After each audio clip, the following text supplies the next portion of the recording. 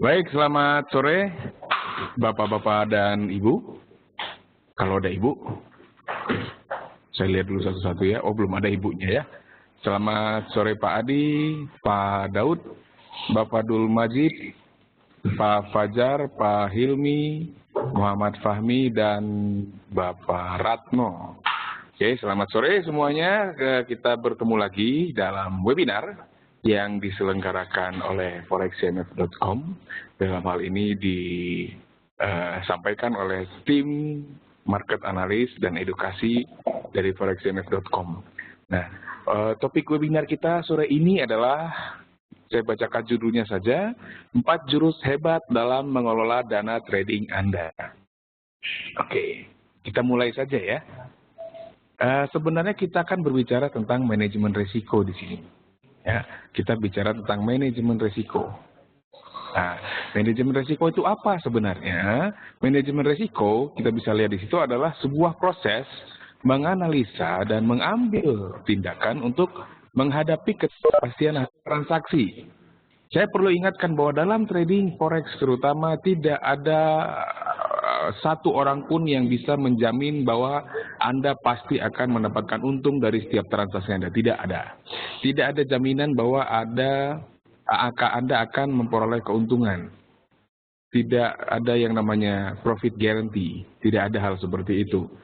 Dalam trading selalu berbicara tentang ketidakpastian. Maksudnya apa di sini ketidakpastian? Karena kita tahu bahwa tidak ada satu orang pun sebenarnya yang bisa memprediksi dengan tepat, meramal dengan pasti apa yang akan terjadi di masa depan. Apa yang akan terjadi di masa datang. Bahkan dalam 5 menit ke depan pun tidak ada satu orang pun yang bisa tahu persis apa yang akan terjadi. Itulah yang dikatakan dengan ketidakpastian. Ya, nah semua bentuk bisnis, semua bentuk investasi, semua bentuk investment itu pasti ada faktor risikonya. Pasti ada ketidakpastiannya. Tidak ada satu bentuk investasi atau bentuk bisnis pun yang memberikan jaminan bahwa pasti akan untung. Tidak ada. Ya, karena memang tidak logis. Kenapa bisa tidak logis? Karena itu tadi, tidak ada seorang manusia pun yang bisa meramal dengan pasti apa yang terjadi di masa depan. Demikian. Jadi, setiap bentuk bisnis, termasuk trading, forex trading terutama, itu butuh yang namanya manajemen risiko. Kita butuh bagaimana cara mengelola risiko menjadi dan kita ubah nanti menjadi satu peluang keuntungan yang lebih optimal. Jadi kita ulangi, manajemen risiko adalah menganalisa risiko yang ada, ketidakpastian di sini kita terjemahkan sebagai risiko, menganalisa risiko dan mengambil tindakan yang perlu untuk mengatasi atau meminimalisir risiko tersebut. Ada dua jenis risiko dalam trading. Yang pertama adalah risiko trading atau transaksi. Yang kedua adalah kalau risiko transaksi ini kita breakdown lagi, yaitu risiko transaksi, risiko trading atau jumlah equity yang ingin dirisikokan, kemudian jumlah equity yang ingin dirisikokan per transaksi. Jadi kalau yang pertama ini adalah misal kita punya uang 10.000 US dollar, 10.000 US dollar, kemudian kita resikokan misalkan 10%, berarti resiko trading kita jangan di 10%, dari 50% misalkan, berarti resiko trading kita untuk maksimalnya dari jumlah modal kita adalah 50% dari 10.000 atau 5.000 US dollar. Kemudian yang kedua, resiko transaksi ini adalah jumlah equity yang ingin dirisikokan per transaksi. Misal seperti ini, kita punya uang 10.000 US dollar, kemudian kita risikokan 10% per transaksi atau 10% per trade. Itu artinya, kalaupun kita akan mengalami kerugian yang akan kita derita tidak akan lebih dari 10% dari total equity kita. Misal kita punya equity 10.000, berarti kalau kita trading, satu kali trade tidak akan rugi lebih dari 1.000 US dollar. Saya akan respon Pak Arif, saya mau cek dulu Pak Arif mengeluh tidak ada suaranya. Coba ya, saya cek dulu Pak Arif ada di sini atau tidak. Pak Arif memang belum bisa mendengar suaranya kita karena memang belum mengaktifkan speaker. Oke. Baik, mohon tunggu sebentar, akan saya respon sebentar Pak Arifnya ya. Baik, akan kita lanjutkan ya. Pak Arief memang belum bisa mendengar suara saya karena memang beliau belum mengaktifkan audionya. Baik, kita akan lanjutkan. Jadi kalau resiko transaksi tadi adalah jumlah equity yang dirisikokan per trade atau per transaksi. Nah, kemudian kita lanjutkan. Ada yang namanya risiko pasar. Nah, kalau risiko pasar ini adalah risiko yang ditimbulkan oleh perubahan harga dan volatilitas. Ya, sebenarnya ada satu risiko lagi ya dalam trading forex, itu ada satu risiko lagi, yaitu apabila kita tidak melakukan transaksi bersama bank berjangka atau broker yang legal. Kita melakukan transaksi bersama pialang yang ilegal atau pialang yang tidak memiliki kejelasan legalitas. Dia terdaftar di negara mana, izinnya dikeluarkan oleh otoritas mana, itu juga beresiko. Resikonya ya uang kita atau modal kita bisa digelapkan, jadi dibawa lari ya, dibawa kabur, itu juga risiko. Nah, kalau Anda bertransaksi melalui forexcms.com, maka risiko Anda berkurang satu. Tadinya ada 3, risiko trading atau risiko transaksi, kemudian risiko pasar, yang ketiga risiko brokernya, risiko pialangnya, risiko broker. Kalau brokernya ilegal, tidak jelas asal-usulnya, tidak jelas di mana kantornya, tidak jelas legalitasnya dikeluarkan oleh negara mana, ya siap saja uang Anda akan hilang percuma. Hilang tanpa jejak ya, karena dibawa kabur, digelapkan. Nah, dengan Forex CMS, resiko yang terakhir tadi, resiko broker, itu sudah pasti bisa dihilangkan. Mengapa? Karena Forex CMS adalah pialang berjangka yang legal, terdaftar di Indonesia, memiliki izin dari Badan Pengawas Perdagangan Berjangka Komoditi. Ada nomor izinnya, kalau Anda bisa melihat ke website bapepti.go.id, Anda akan menemukan di sana, di situ.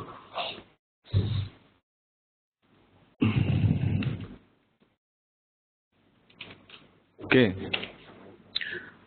kita lanjutkan mengenai risiko ini, manajemen risikonya. Dalam trading ada yang namanya risk to reward ratio. Oke, risk itu risiko, reward itu adalah peluang keuntungan. Ya, jadi intinya kalau kita melakukan transaksi, ya ini Anda bisa baca, dibacakan dulu nggak apa-apa. Salah satu cara untuk meningkatkan peluang keuntungan adalah melakukan transaksi ketika potensi keuntungannya lebih besar daripada risikonya. Misalnya potensi keuntungannya 3 kali lebih besar daripada risikonya. Dengan demikian rasionya adalah 3:1. Jadi risikonya 1, potensi keuntungannya 3, risknya 1. Jika risknya 1, maka rewardnya harus lebih dari 1. Atau minimal sama dengan 1. Ya, jadi intinya risk to reward ratio ini adalah rasio yang mengukur perbandingan antara potensi kerugian yang ada dibandingkan dengan keuntungan yang mungkin akan bisa diperoleh. Nah, di sini diberikan contoh risk to reward ratio 3:1 atau 1:3, di mana risknya 1, rewardnya 3.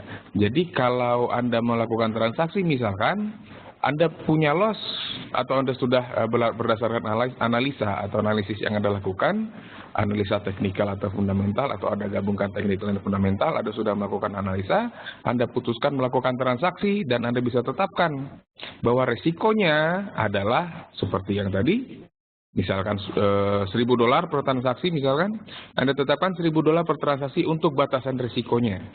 Tetapi kalau Anda sudah menetapkan batasan risiko $1.000 per transaksi, Anda tidak boleh menetapkan target profit atau reward kurang dari $1.000. Minimal sama dengan $1.000. Nah, ini adalah contoh transaksi yang dilakukan oleh seorang trader. Ini ilustrasi saja, di mana dia terlihat menerapkan risk to reward ratio 1:3. Atau 3:1, ya. Anda lihat di yang sebelah kiri, ini loss, yang sebelah kanan itu kolom profit. Oke, ini sepertinya Pak Soreman juga mengalami kesulitan untuk audionya. Saya akan sapa dulu beliau di chat box ya.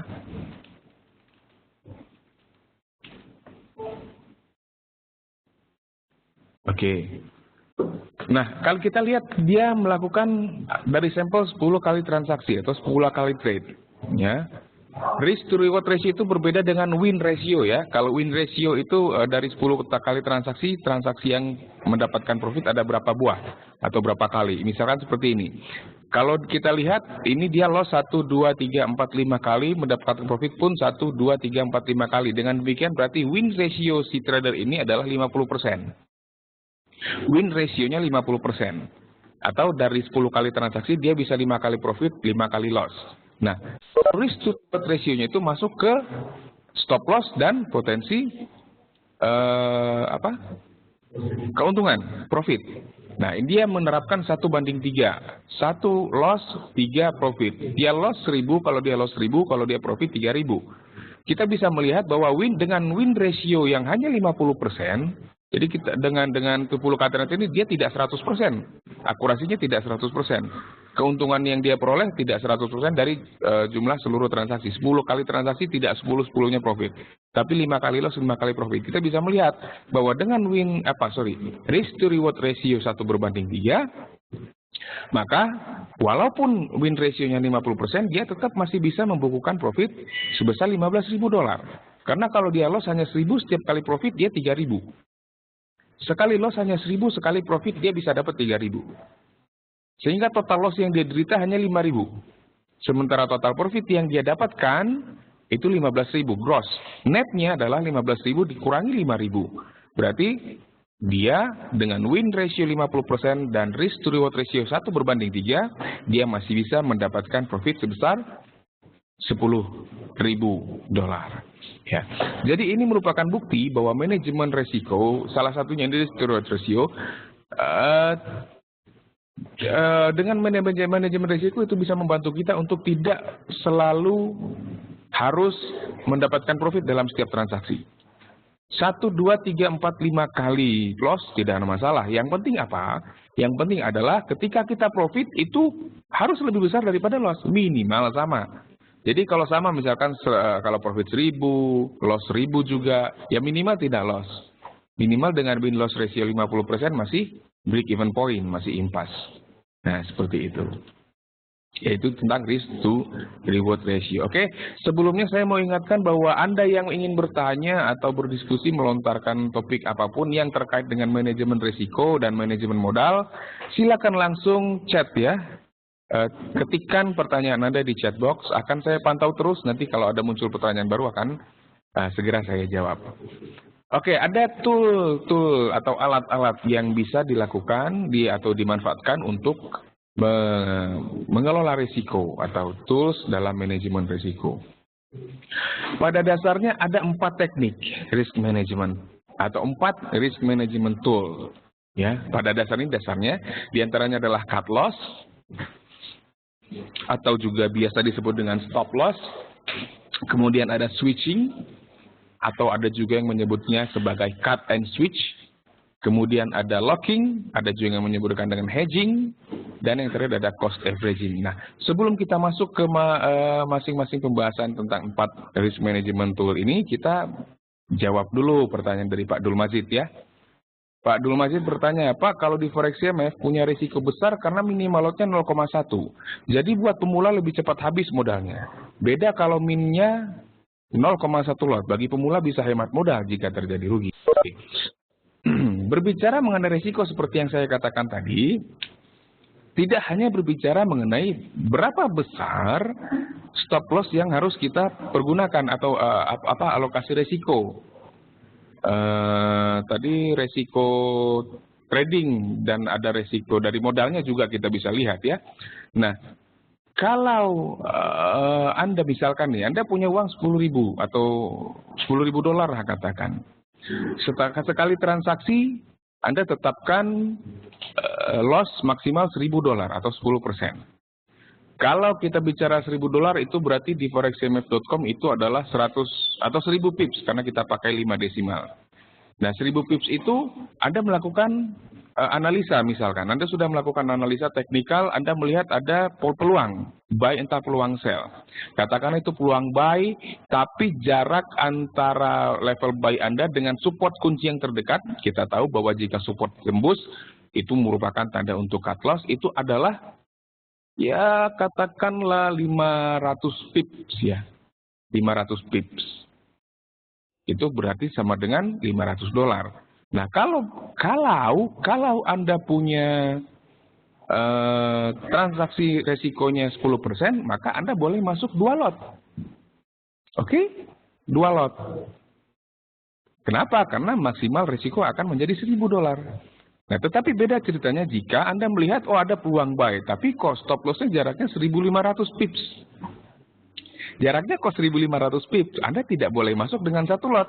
Anda boleh masuk kurang dari 1 lot. Nah, seperti itu. Ya, jadi lot itu nanti dikombinasikan dengan panjangnya stop loss. Jadi kalau memang minimalnya 0,1 lot, kalau umpamanya 0,1 lot Anda meresikokan katakanlah $500 misalkan, yang mana itu sama dengan 5.000 pips misalnya, kebanyakan ya, kegedean ya, $100 lah misalkan, atau itu sama dengan 100 pips kalau Anda masuk 0,1 lot, 1 lot ya.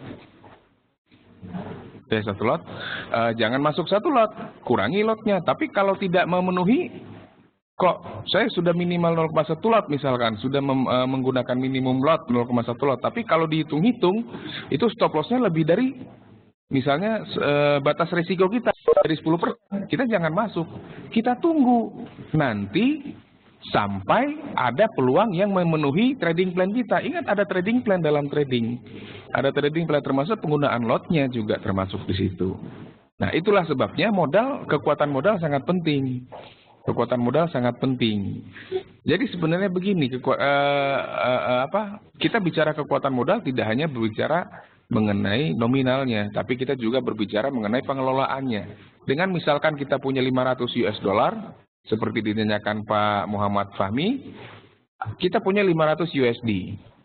Berapa money managementnya? Artinya misalkan berapa lot saya boleh masuk per transaksi. Nanti itu Pak Muhammad Fahmi ini nanti akan saya jawab. Akan saya jawab ketika kita sudah masuk ke manajemen modal ya. Ini lebih sepertinya Pak Muhammad Fahmi lebih cepat ya. Sepertinya akselerasinya. Tidak apa-apa. Tapi ini kita tampung dulu, kita pending, nanti akan saya jawab. Ini juga akan bisa menjelaskan mendukung pertanyaan dari Pak Dul Mazid atau komentar dari Pak Dul Mazid ya. Sabar, nanti kita akan sampai ke sana. Sebelumnya kita masuk ke sini dulu. Tool manajemen risikonya. Ada cut loss, switching, locking, hedging, dan cost averaging. Kita lihat satu persatu, kita breakdown. Kita bicara di cut loss dulu ya. Misal kita melihat ada angka ini masih 4 desimal ya. Masih 4 desimal. Nanti di ForexCMF.com ini ada satu tambahan angka lagi di belakangnya. Tapi tidak apa-apa. Nah, ini kita anggap saja 4 desimal dulu misalkan. Misalkan kita melakukan buy 1 lot, oke, di 1.45.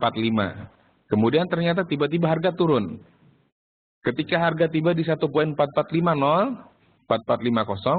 ini berarti kita sudah mengalami kerugian sebesar $500, betul? Sudah mengalami kerugian sebesar $500. Nah, di level ini kita melakukan close posisi buy ini. Close posisi buy ini pada dasarnya adalah menjual atau sell liquidnya. Di close di rata 1.4450 dengan konsekuensi kerugian $500. Oke, itu yang namanya cut loss. Kemudian ada lagi yang namanya switching atau cut and switch. Nah, ilustrasinya seperti ini. Misal Anda mempunyai satu posisi buy di 1.45. Kemudian katakanlah misalkan harga turun ke 1.4400, misalkan ada potensinya. Anda melihat ada potensi harga turun ke 1.4400. Nah, di poin sebelum harga masuk ke situ, sebelum harga sampai ke 1.4400, di harga 1.4450 Anda melakukan sell 2. Ya, jadi ketika Anda masuk di platform MetaTrader Anda tinggal klik sell 2 lot. Nah, fungsinya adalah yang 1 lot ini menut atau mengclose posisi yang di atas. Untuk menutup posisi yang di atas. Ya, yang buy ini. Sementara yang 1 lot lagi itu untuk membuka posisi baru.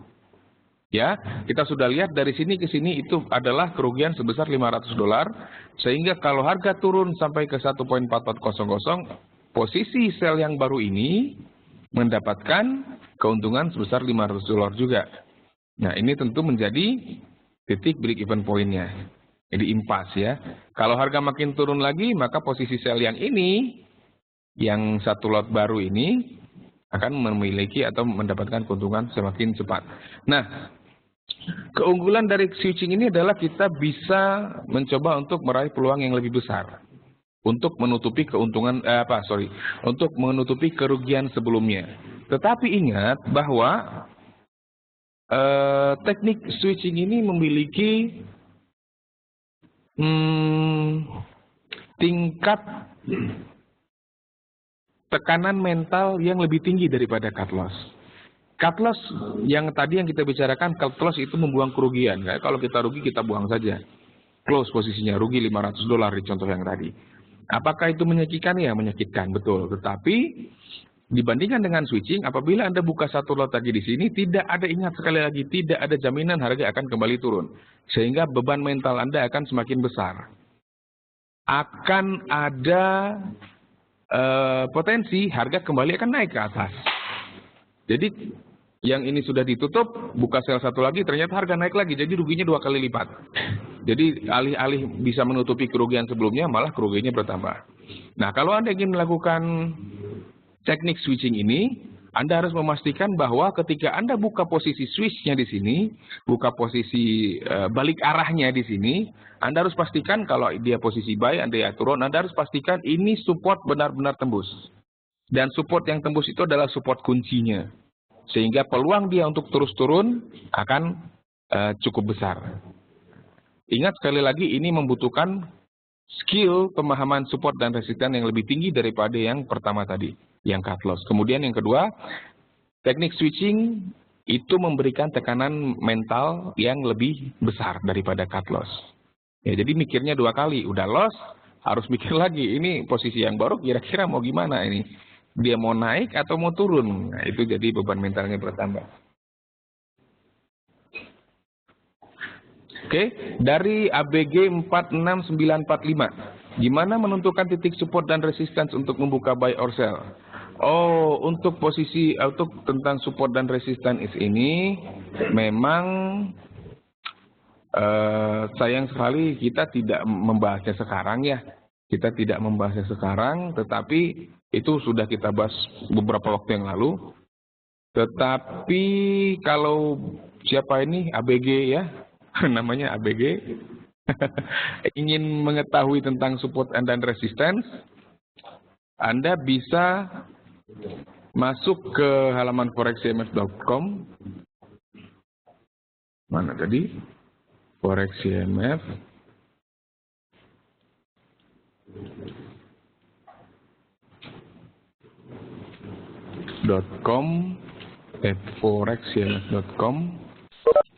Jangan masuk.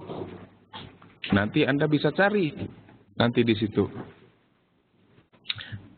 Oke, Anda bisa cari di sini ada tab EduSpot ya. Anda bisa cari itu di kelas pemula. Pembahasan mengenai support dan resistance ada di kelas pemula. Anda tinggal cari di bagian paling bawah, itu ada support dan resistance. Anda tinggal klik di situ, nanti Anda bisa baca bagaimana cara menentukan support dan resistance, bla bla bla, segala macam ada. Memang ada banyak teknik menentukan support dan resistance, tapi Anda harus pahami dasarnya ini dulu nanti. Baru nanti kita akan berbicara ke tingkat yang lebih lanjut ya. Mohon maaf saya bisa tahu yang namanya dari ABG 46945 ini sebenarnya nama siapa, sebab untuk memanggilnya agak sulit ya. Masa saya manggilnya ABG kayak yang apa gitu. Ya, tolong ya, kalau nanti ketikkan aja nama Anda sih, biasanya manggilnya enak gitu ya. Jadi begitu, mohon maaf untuk menentukan support dan resistance tidak akan kita bahas sekarang. Tapi nanti kalau ada waktu di akhir webinar kita bolehlah nanti kita bahas. Soal ada waktu ya. Dari Petrus, Pak, kenapa tidak langsung cut posisi buy dan langsung sell satu lot? Ya itu kan tadi yang kita lakukan di switching sebenarnya ya. Sama aja sih sebenarnya. Tapi mungkin dimaksud oleh Petrus, kenapa ini nggak di cut loss dulu gitu kan? Sama aja sebenarnya di cut loss dulu. Cuman kadang-kadang begini, ini sebenarnya teknik yang berisiko. Kenapa? Karena teknik yang berisiko ini harusnya, kalau switching yang benar ya, bukan switching yang benar, switching yang asli, itu dia tidak pasang stop loss. Dan itu berbahaya. Jadi dia menunggu sampai support tembus, misalkan ini support tembus, dia langsung sell 2. Nanti yang satu lot yang buy yang ini nanti di close dengan ini, sebenarnya sama aja. Sebenarnya dengan sell 2, ini yang satu untuk close yang ini. Untuk close cut posisi yang buy ini, untuk meng-cut posisi yang ini, yang satu lot ini. Sebenarnya sama aja. Ya, jadi ini langsung. Tapi ini berbahaya. Kenapa? Karena orang melakukan switching biasanya tidak menetapkan stop loss. Atau ada cara lain yang lebih aman dalam melakukan switching, yaitu ketika Anda mulai masuk buy satu lot, Anda langsung pasang stop loss. Misalkan Anda buy di 1.4500, Anda langsung pasang stop loss di 1.4450. Di saat yang sama, Anda bisa memasang pending order sell stop di 1.4450 juga. Itu juga bisa. Gitu ya Pak Petrus, demikian penjelasannya. Dari Pak Ar-Rozaki, jika menggunakan teknik switching apakah juga memakai stop loss? Nah, itu tadi barusan saya jawab ya. Yang aslinya nggak pakai Pak, yang aslinya. Tapi kalau saya itu menyarankan untuk pakai. Jadi tekniknya ketika Anda sudah punya buy satu lot, Anda pasang stop loss-nya di 1.4450 dan pada di level yang sama, Anda pasang stop order juga untuk pending order membuka posisi baru. Untuk posisi sell di 1.4450 ini kalau dia awalnya posisinya buy. Nah, kalau tadinya posisi sell tinggal dibalik saja, Pak Ar-Rozaki ya. Dari Pak Wahyu, untuk perhitungan spreadnya gimana? Kalau misalnya stop loss 500 pip, berarti kan stop lossnya kan lebih dari $500. Spread sebenarnya tidak perlu dihitung, Pak. Kalau untuk memasang manajemen risiko. Sebab begini, kalau kita melakukan buy di sini misalkan, itu kan sudah pasti harga ask. Ya kan? 1.4500 yang kita dapat di buy ini kan pasti harga ask, ya kan? Kemudian ketika pasang stop loss di 1.4450 misalnya, kita lihat yang tadi ya, di yang pertama ya. Nah, ketika pasang stop loss di 1.4450 ini nanti sudah pasti dapat harga bid. Ya, jadi spreadnya tidak terhitung, tidak berpengaruh lagi di sini. Di sini nanti sudah pasti dapat harga bid. Jadi kalaupun kena cut loss di sini, ini harga ini ditutup di harga bidnya, gitu, bukan di harga asnya lagi. Jadi tetap $500. Tapi kita belum bicara komisi di sini ya. Kita belum bicara komisi. Kalau kita hanya bicara spread saja tetap 500. Tidak akan bertambah karena di sini nanti kalau kita buy-nya di sini harga as, di sini nanti sell-nya akan atau cut loss di harga bid gitu. Ini di luar perhitungan komisi dan kalau ada mungkin swap Pak ya, Pak Wahyu, demikian. Oh, Pak Agus ya, berarti Pak Agus, ABG-nya Pak Agus. Oke, makasih Pak Agus.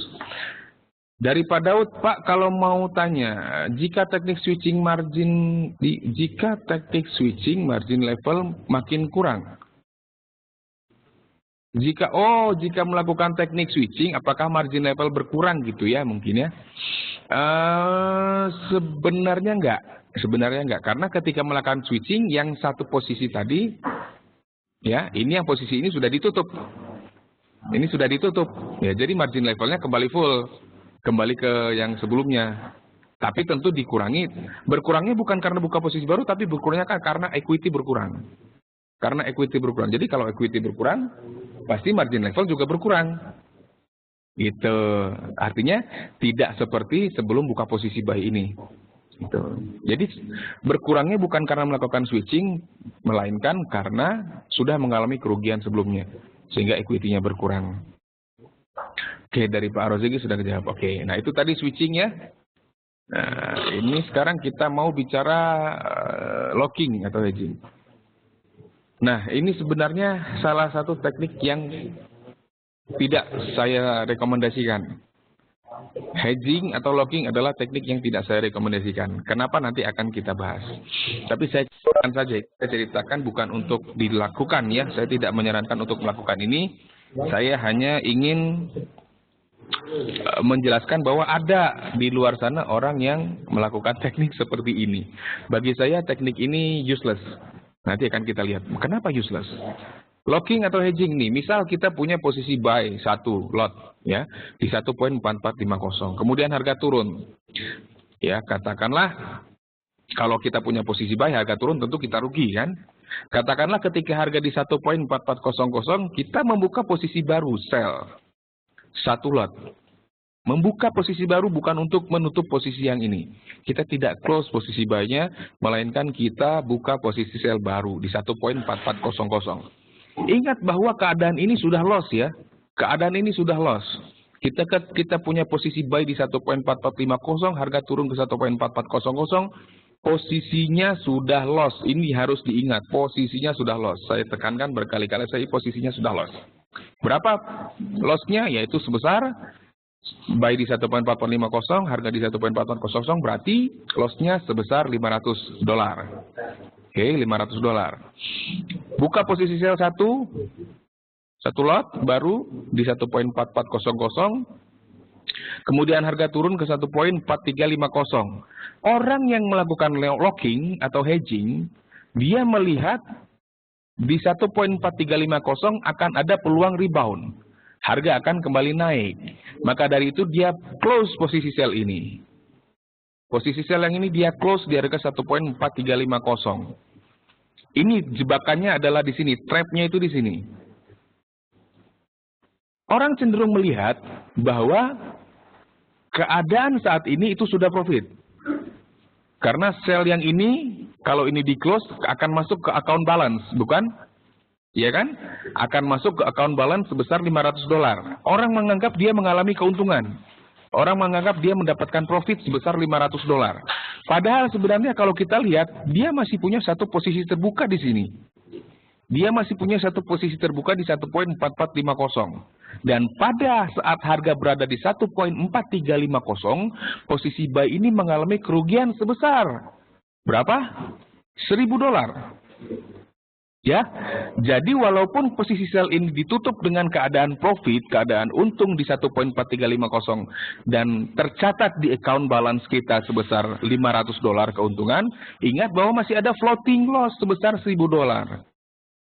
Jadi masih floating loss sebesar $500 sebenarnya kan. Jadi tidak ada perubahan dengan yang tadi. Ya kan?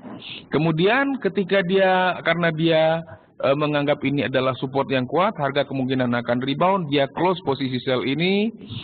Ingat sekali lagi bahwa dalam keadaan ini belum tak ada profit sama sekali, masih kondisinya loss $500.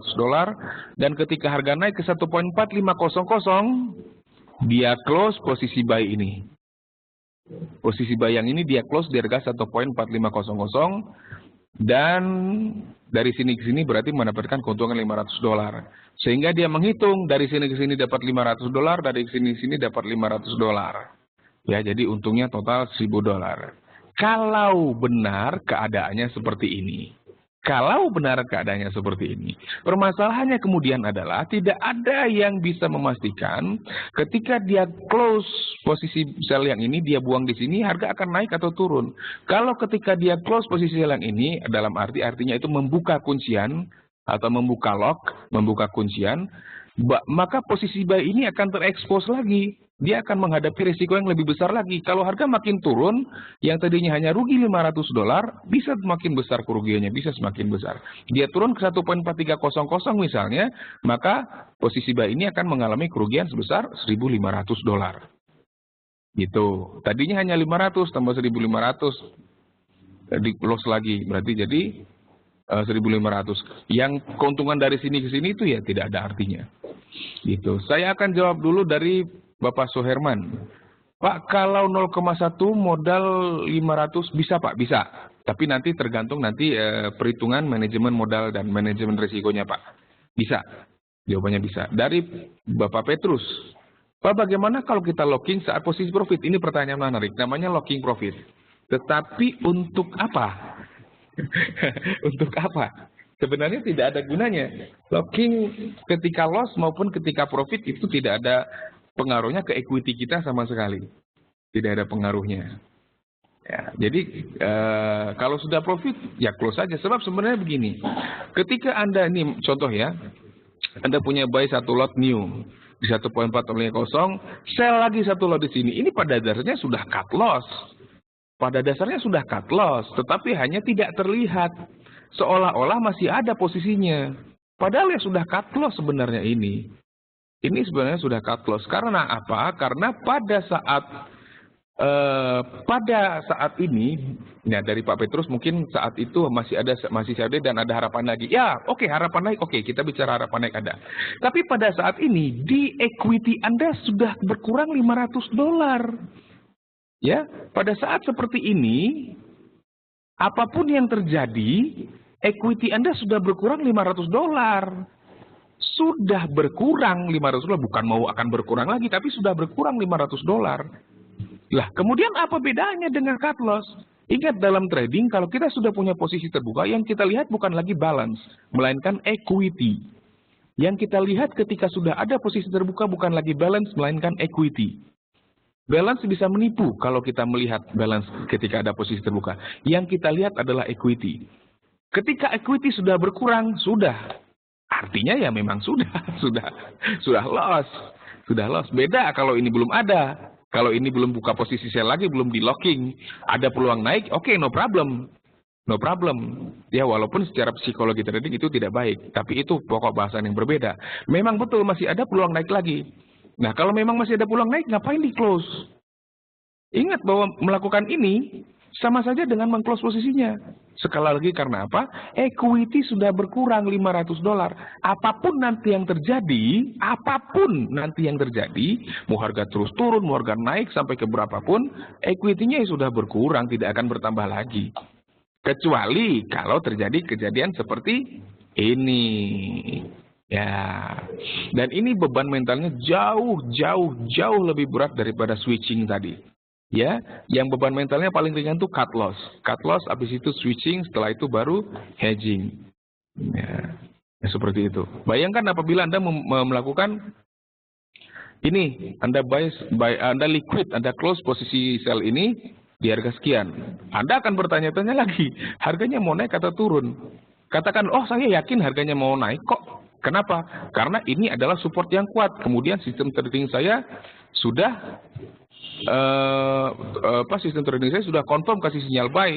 Nah, kalau begitu apa bedanya dengan Anda close posisi ini di sini? Posisi ini di close saja cut loss di sini, nanti kalau sudah di sini Anda buy lagi posisi baru. Sama aja kan?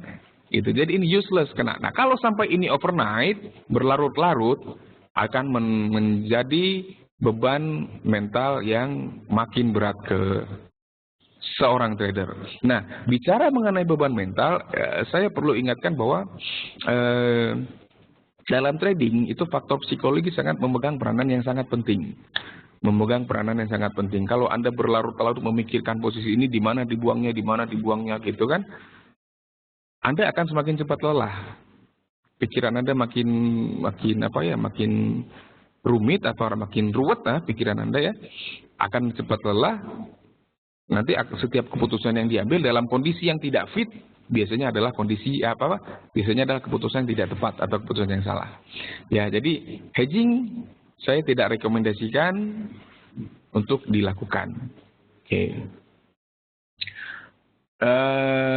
Dari Pak Wahyu, aduh sungguh ngeri Pak. Iya memang ngeri, benar ngeri kalau ini. Nanti kalau ini sudah seperti ini, ternyata dia turun lagi, wah udah makin gede. Kerugiannya akan makin besar. Oke. Nah, terakhir yang akan kita bahas adalah cost averaging.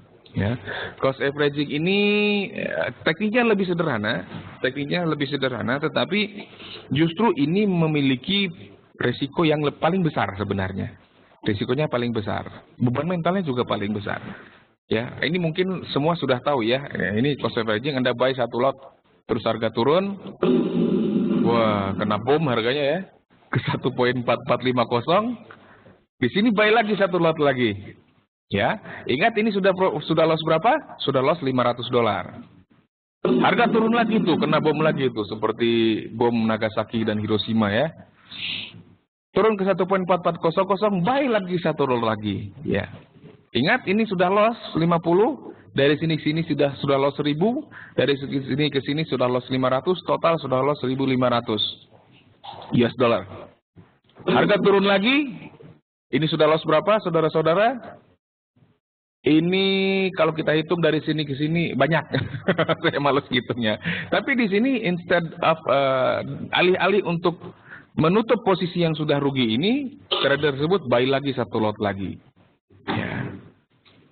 Ini bukan teknik martingale ya Pak Fahmi. Kalau martingale nanti beda lagi. Kalau martingale dia dilipat gandakan jumlah lotnya. Jadi kalau dia di sini by 1, di sini dia by 2, di sini dia by 4, di sini dia by 8. 1, 2, 4, 8 selalu dikalikan 2, dikalikan 2, dikalikan 2. 1, 2, 4, 8 dan seterusnya dan seterusnya. Nah, kalau cost averaging dia 1, 1, 1, 1. Nah, dalam keadaan seperti ini, trader tersebut akan berharap bahwa harga akan naik. Kalau harga naik ke 1.4425 saja misalnya, dia akan close semua posisi ini.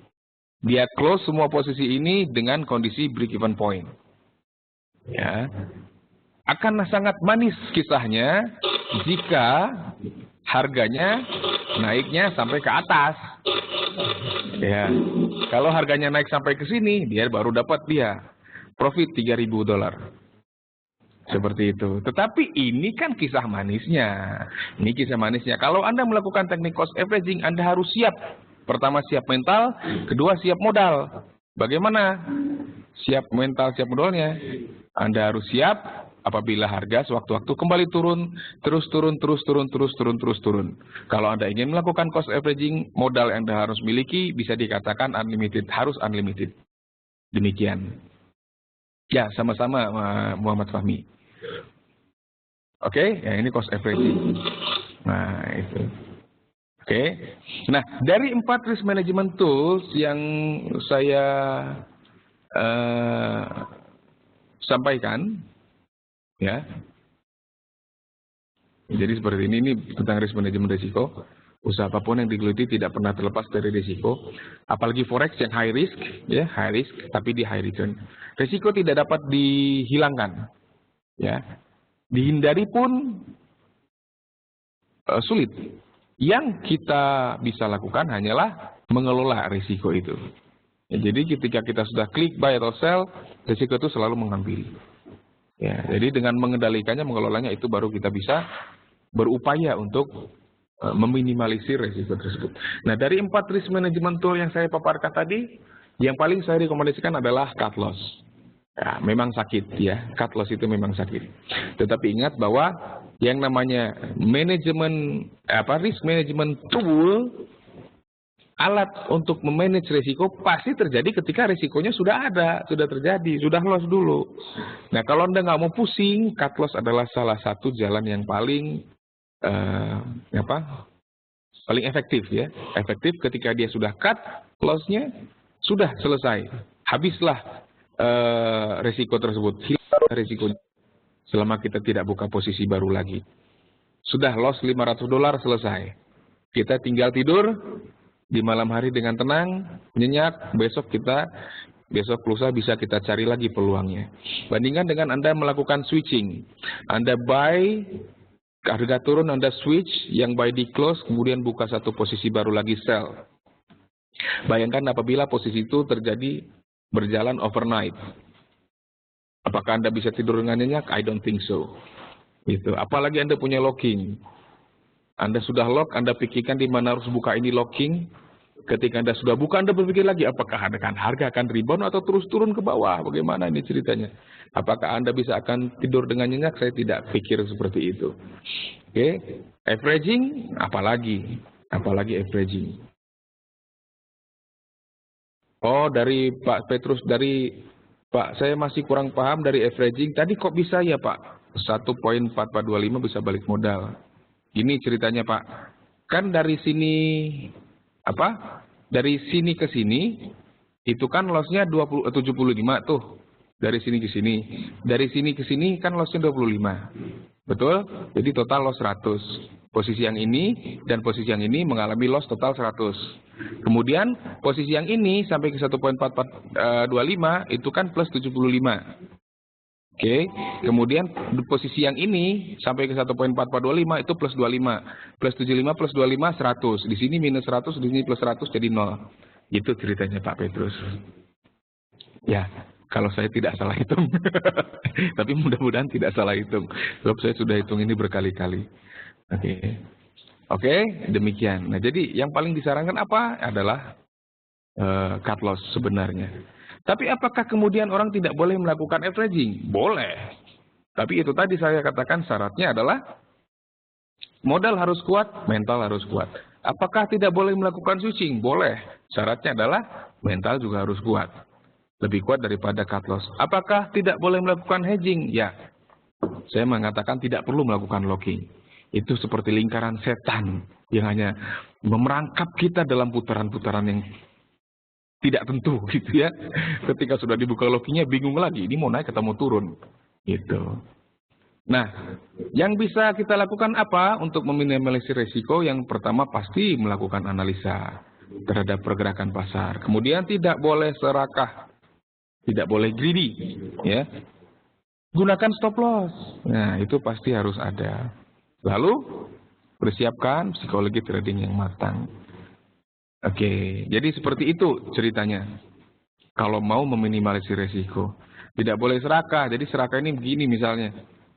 Serakah tidak boleh, terlalu takut juga tidak boleh. Kalau kita serakah, misalkan kita sudah tetapkan ini kan tadi kita punya risk to reward ratio ya. Katakanlah kita punya risk to reward ratio 1/3. Kalau kita loss 1.000, kita akan harus profit misalkan 3.000. Ternyata ketika kita buka posisi, kita trading, kita sudah profit 3.000. Ini terkadang orang ini nggak puas ya, tidak puas hanya dengan mendapatkan profit sekian. Dia selalu ingin lebih dan lebih dan lebih dan lebih. Akhirnya apa yang dilakukan? Dia masuk posisi lagi, atau dia biarkan itu transaksi. Dia berharap lebih. Tapi kalau saran saya jangan lakukan seperti itu. Kalau harga sudah mencapai target kita, target keuntungan kita sudah tercapai, sudahlah tutuplah posisi itu. Besok kita masih bisa cari kok. Besok kita masih ada kesempatan. Nah, jangan selalu ingin mendapatkan lebih dan lebih. Target harus terukur. Ya, apalagi kalau tidak pasang stop loss. Wah, itu bahaya sekali. Kalau harga bergerak tidak sesuai dengan keinginan kita tidak akan tahu sampai seberapa besar risiko yang kita hadapi. Adanya stop loss atau cut loss adalah untuk membatasi risiko yang akan kita hadapi sesuai dengan kemampuan atau toleransi risiko kita. Oke, sebelum kita lanjutkan, saya mau kasih sedikit informasi bahwa Anda mungkin sudah sering melihat analisa harian kami, ya. Saya perlu kasih tahu bahwa Anda bisa melakukan subscribe untuk berlangganan ya analisa harian yang akan dikirim langsung ke email Anda. Anda tinggal klik subscribe now, ya kan? Anda tinggal masukkan nama Anda di sini. Lalu Anda bisa masukkan alamat email Anda di sini. Anda bisa juga masukkan nomor handphone ya, atau cellular phone. Telepon seluler Anda masukkan di sini. Anda tinggal pilih analisa forex mana yang Anda inginkan. Aussie, kemudian saya ingin silver misalkan, atau Nikkei. Untuk analisa harian minimal 3, maksimal 3 maaf.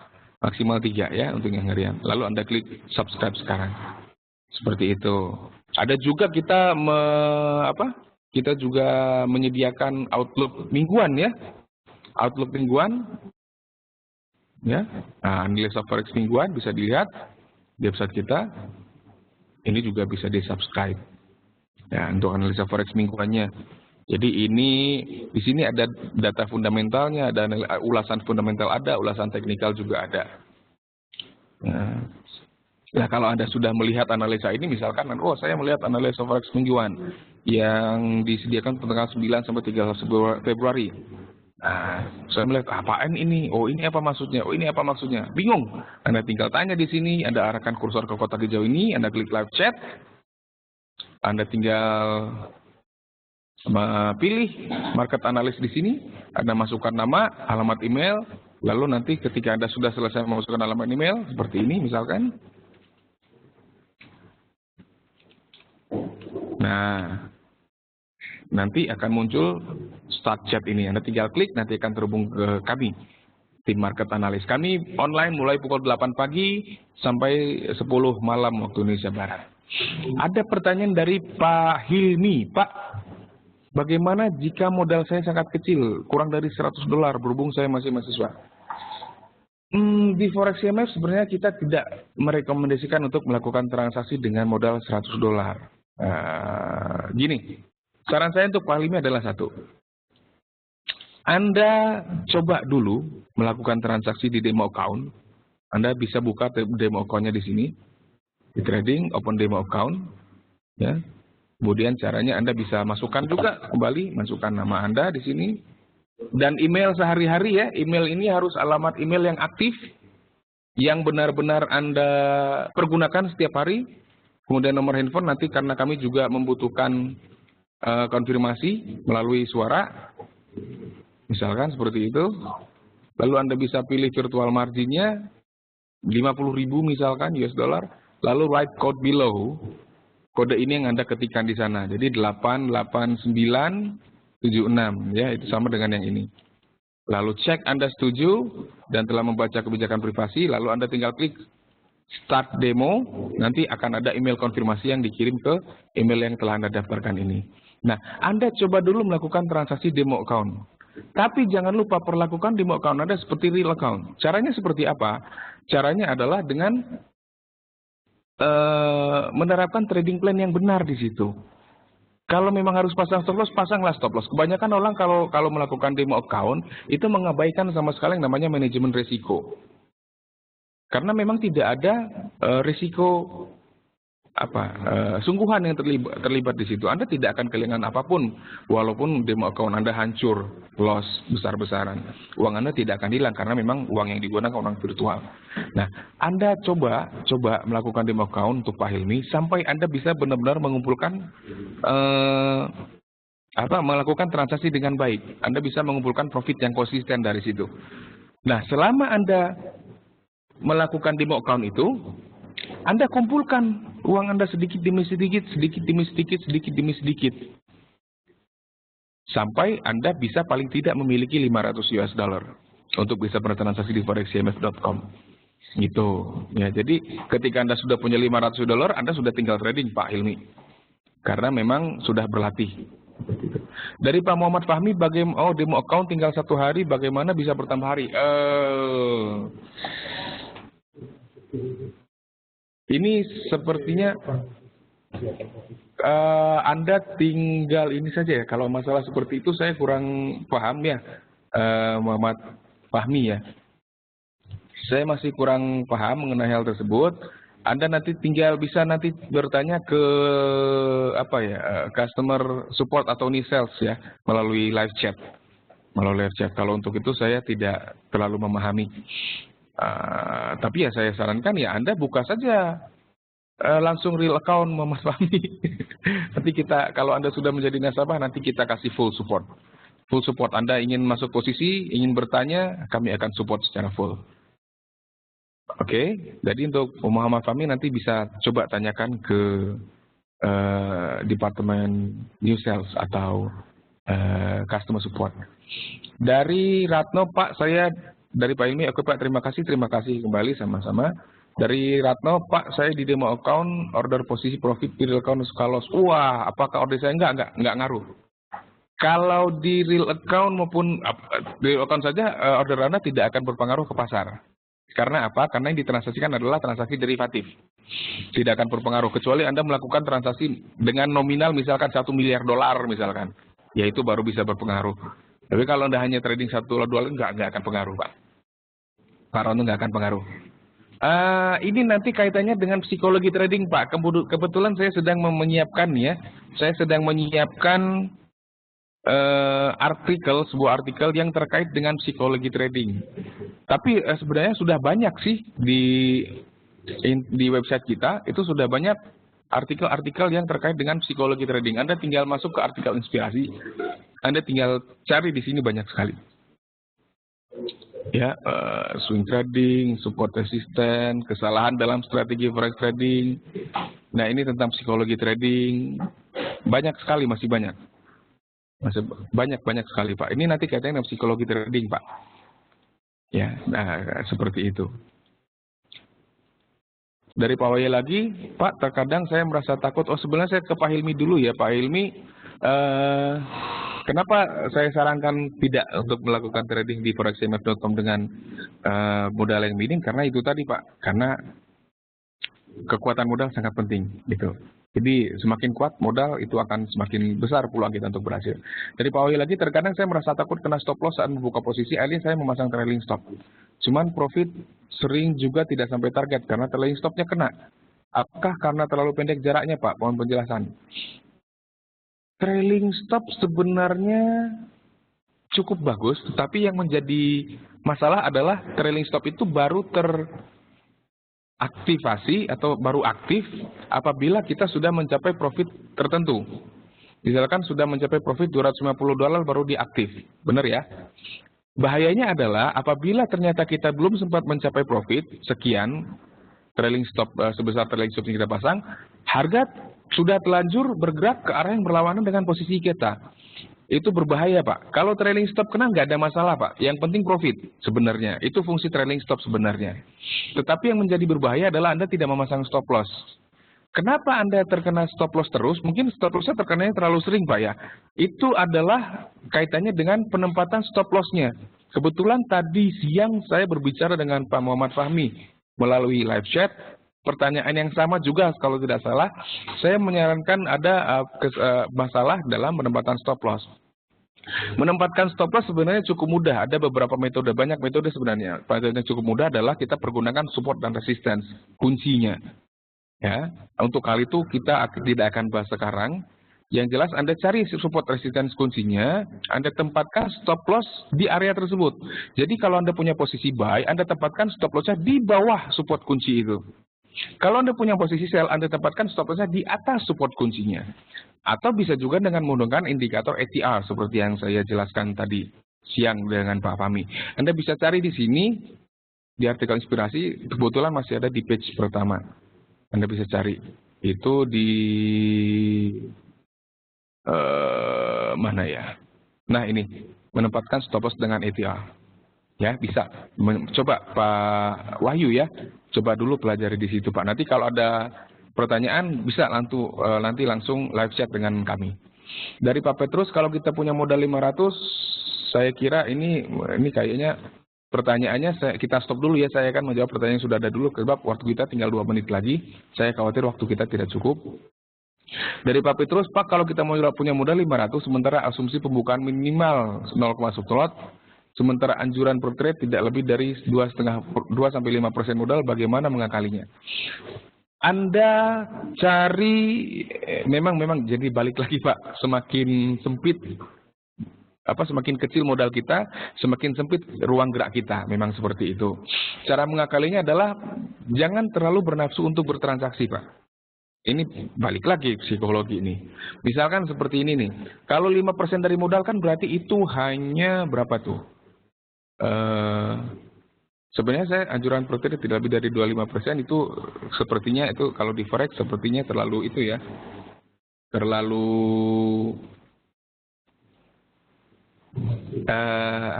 terlalu sempit ya, terlalu sempit. Kalau saya sih menyarankan di 10% Pak. Tapi kalau di 5% kan berarti kalau 2 enggak lah ya, kalau 5% kita masih bisa tolerir lah. 5% dari 500 kan berarti 25 ya. $25. $25. Ngakalinya gimana? Anda cari posisi yang kalau Anda loss tidak lebih dari $25. Jarak antara posisi terbuka Anda dengan stop loss itu kalau loss nggak lebih dari $25.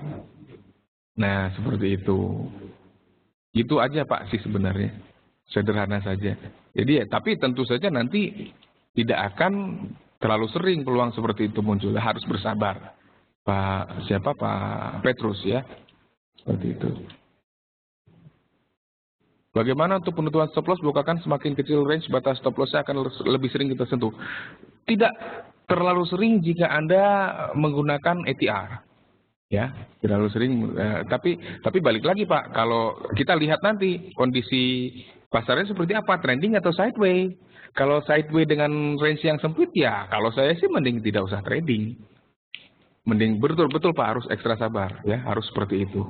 Ya mau gimana lagi Pak? Ya memang modalnya kan berarti kan sempit ya, modalnya terbatas, ruang geraknya sempit. Bukan berarti tidak bisa profit, bisa, tetapi harus lebih berhati-hati dan strategi yang dijalankan tidak akan bisa lebih bervariasi dibandingkan dengan modal yang lebih besar. Saya tidak mengatakan modal $500 tidak akan bisa profit, enggak. Kemungkinan untuk bisa untung dan berkembang tetap ada, tapi hanya saja kekuatannya berbeda sehingga strategi yang dilakukan juga harus berbeda, gitu. Demikian ya, jadi jangan sampai ada anggapan, oh Pak Eko mengatakan kalau modal kecil nggak akan mungkin bisa untung. Enggak sih, enggak juga. Tetapi nanti yang pertama, kekuatan pasti berbeda, sehingga yang kedua strategi yang dijalankan berbeda. Yang ketiga, ini balik ke psikologi. Balik ke psikologi.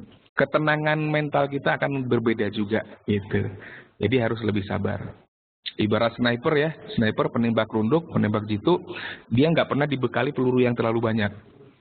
Nah, sehingga tembakan yang dilepaskan pun jarang-jarang sekali. Tapi harus akurat, gitu.